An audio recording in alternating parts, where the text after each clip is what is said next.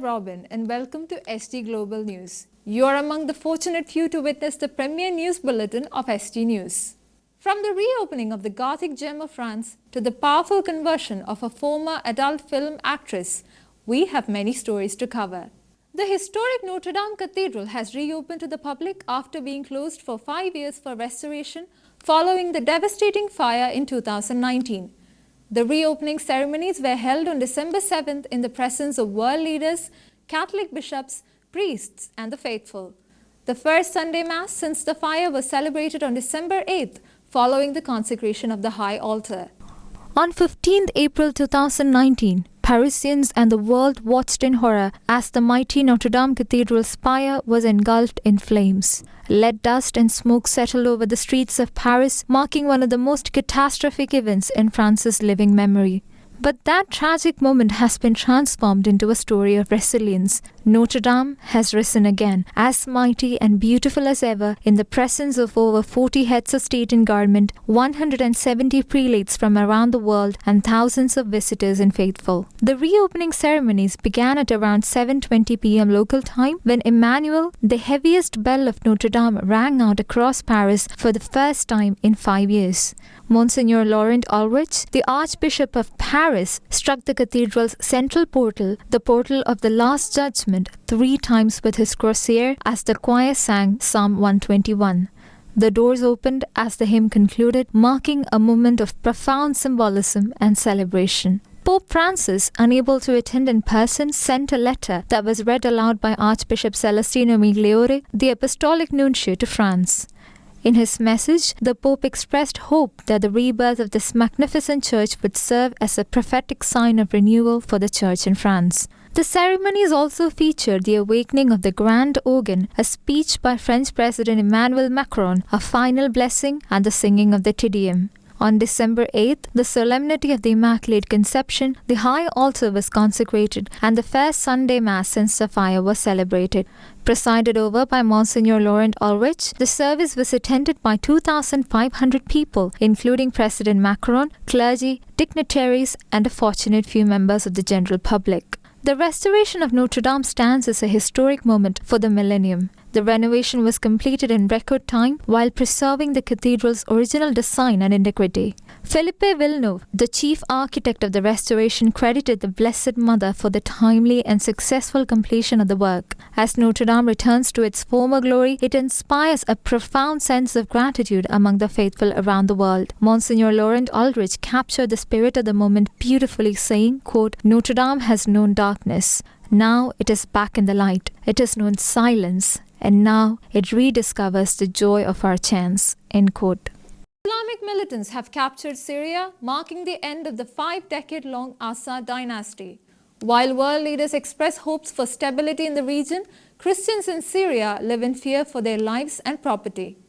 Chaos ensued in Damascus as rebels captured the city. Official Russian news agencies confirmed that the ousted Syrian President Bashar al-Assad and his family are currently in Moscow, having been granted asylum by the Russian Foreign Ministry. On Sunday, opposition forces led by Islamic radical leader Abu Muhammad al-Juhani captured the outskirts of Damascus in a lightning offensive, officially putting an abrupt end to the 5-decade-long Assad dynasty. The Islamic rebel offensive, which culminated in the capture of Damascus, was a week-long campaign that began with a surprise takeover of northern Aleppo. The rebel groups led by jihadist Abu Muhammad al-Juhani then advanced southward, capturing Homs, where the country's key supply lines passed through, effectively isolating Damascus from Assad's coastal strongholds. With rebel forces steadily advancing on Damascus and the Syrian armed forces completely decimated, President Assad and his family abruptly fled the country. After news of Assad's departure broke, the leader of the rebels, Abu Muhammad al-Juhani, declared victory. Civilians flocked to Umayyah Square to celebrate the end of the 13-year-old civil war that had ravaged the country. Although al-Juhani promised a new Syria in his victory speech, the country's Christian minority remains fearful as the rebel group targeted a Christian complex during the siege of Aleppo. As the threat of ISIS gaining ground in Syria looms, U.S. military forces have conducted several aerial operations targeting more than 75 strategic positions. US President Joe Biden issued a statement on Sunday hailing the fall of the Assad regime and accusing Assad of being supported by the axis of evil, Iran, Hezbollah, and Russia. Israeli Prime Minister Benjamin Netanyahu also expressed delight, calling the event a historic day in the history of the Middle East. Netanyahu further declared the collapse of the 1974 disengagement agreement with Syria as the Israeli military seized control of a demilitarized zone near the Golan Heights. The sanctuary of Our Lady of Fatima witnessed a surge of pilgrims on the solemnity of the Immaculate Conception. Over 70,000 people attended Holy Mass at this world-renowned Marian shrine, where the Blessed Virgin Mary appeared to 3 shepherd children, urging prayers for world peace. About 70,000 pilgrims attended the Holy Mass at the Sanctuary of Our Lady of Fatima on December 8th, the solemnity of the Immaculate Conception of the Virgin Mary. The Bishop of Leiria Fatima, Bishop Jose Ornelas Carvalho, presided over the celebration. In his homily, the bishop said that the more we ignore God, the more we become distorters of His plan for happiness in life. He put forth Mary as an example for everyone to follow to overcome sin and limitations. Bishop Jose Ornelas stated that, quote, Mary's ascent is not a blind obedience but an active trust in the plan she understands from the Father in heaven. This is the secret of authentic faith, end quote. He presented Mary's vocation as a model for the mission of evangelization of each baptized person. He concluded the homily by evoking the message of Fatima as a guarantee of God's presence in the history of humanity. The shrine of Our Lady of Fatima is one of the most famous Marian shrines in the world. Hundreds of thousands of pilgrims and tourists visit the shrine annually. Between May 13th and October 30th, 1917, 3 Portuguese children, Francisco, Jacinta Marto, and Lucia dos Santos, received apparitions of Our Lady at Fatima. Mother Mary asked the children to pray the rosary for world peace, for the end of World War I, for sinners, and for the conversion of Russia. She also gave the children 3 secrets. The feast of Our Lady of Fatima was approved by the local bishop in 1930. A former adult film actress has experienced a life-changing conversion in what can only be described as a profound act of God's grace. Bree Solstad, one of the most prominent figures in the adult film industry, had a powerful conversion in Italy and was confirmed into the Catholic Church this Easter. Once a famous name in the adult film industry and now a profound convert to the Catholic faith, Bree Solstad's story is a testament to the power of repentance and its ability to transform lives for the better. Bree, known to a broader audience by her ex-handle, Miss B Converted, now inspires young people to steer clear of the evils of pornography and sexual immorality. Through her personal experience, she encourages them to lead moral lives. Her story of a spiritual transformation attracts thousands of daily visitors to her X account and has garnered the attention of the country's leading faith-based network, the Christian Broadcast Network. Born to a Lutheran single mother in Alaska, Bree was active in her church and involved in various youth groups. However, her life took a dark turn during her college years when she became addicted to alcohol and various substances. Eventually, she was expelled from college and moved across the country. After struggling with the low-paying dead-end jobs, Bree decided to try her luck in the adult film industry. A friend already working in the industry encouraged Bree to join her, offering her a studio apartment where she began producing a solo pornographic content. With her attractive looks and the unique approach, Bree quickly became an overnight sensation, with her videos consistently topping the charts. This success brought her an extravagant lifestyle filled with luxury yacht trips and A-list parties overflowing with alcohol and drugs. She relished the attention she received, particularly from men, during her heyday in the industry. However, Bree's life spiraled down after a personal tragedy, one she has yet to reveal publicly, occurred a few years into her career. To cope, she prayed intensively but felt abandoned by God.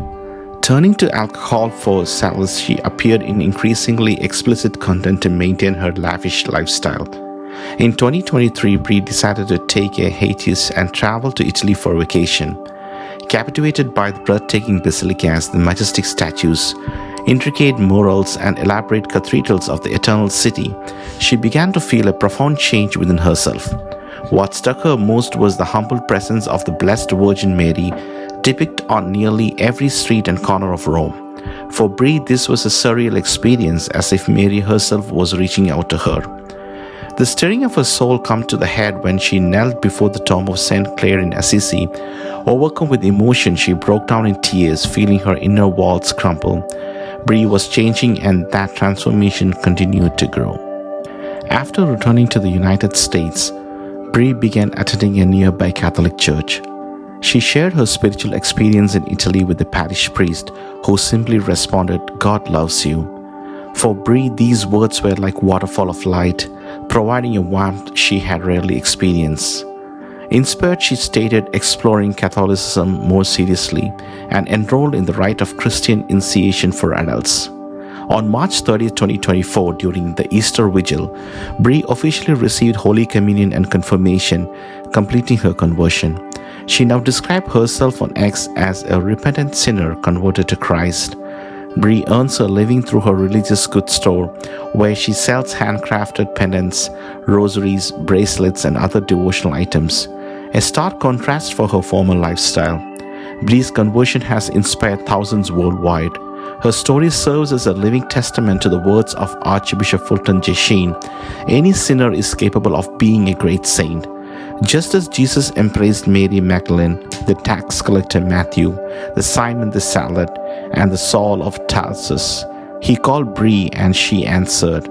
That same call is extended to all of us to be wholly converted to Him. The choice to say yes is ours to make. The Sanctuary of Our Lady of Lourdes has welcomed its 71st officially recognized miracle. Jack Trainer, a man from England, has been healed of epilepsy and partial paralysis, marking the first official Lourdes miracle from the country. On December 8th, the Solemnity of the Immaculate Conception, Archbishop Malcolm McMahon OP, Archbishop of Liverpool, declared the healing of Jack Trainer, a former Royal Navy sailor who was cured of epilepsy, partial paralysis and paraplegia at the Sanctuary of Lourdes, to be an official miracle. With this announcement, Trainer's healing has become the 71st recognized miracle of Lourdes. Jack Trainer, a sailor in the Merchant Navy, was mobilized by the Royal Naval Reserve when World War I broke out. He was first wounded on October 8, 1940 near Antwerp in Belgium. During the Battle of Gallipoli on May 8, 1915, he was struck by machine gun fire, which left him with paralysis of his right arm and severe epileptic seizures. In 1920, a botched trepanation surgery caused partial paralysis of both his legs. In 1923, the despondent Trainer learned that the Archdiocese of Liverpool was organizing its first ever pilgrimage to Lourdes. Desperate for a cure, he reportedly pawned all his possessions to secure a place on the pilgrimage. Lourdes was his final hope for healing. Trainer spent 5 days at Lourdes, during which he was immersed in the waters of the sanctuary and experienced a complete cure. He went on to live a full life and died on December 8, 1943, the feast of the Immaculate Conception, from an unrelated condition. Until 1939, he returned annually to Lourdes as a stretcher bearer to assist other pilgrims. An earlier attempt to recognize Trainer's cure as an official miracle was made in 1993 but did not succeed. However, this Sunday, the healing was granted official ecclesiastical recognition and welcomed by the Sanctuary of Our Lady of Lourdes. The Blessed Virgin Mary appeared to a poor 14-year-old girl named Bernadette Subaru on February 11, 1858. This was the first of 18 apparitions of the Blessed Mother to Bernadette. During the 16th apparition on March 25th, Mary identified herself as the Immaculate Conception, a title stemming from the dogma proclaimed just 4 years earlier on December 8, 1854 by Blessed Pope Pius IX. Bernadette, who was illiterate, could not have known this title of the Virgin, lending credibility to her claims of the apparitions. During one of these visions, Mary instructed Bernadette to dig a hole in the gravel. A spring miraculously emerged from the spot and continues to flow to this day, serving as a source of healing for countless pilgrims.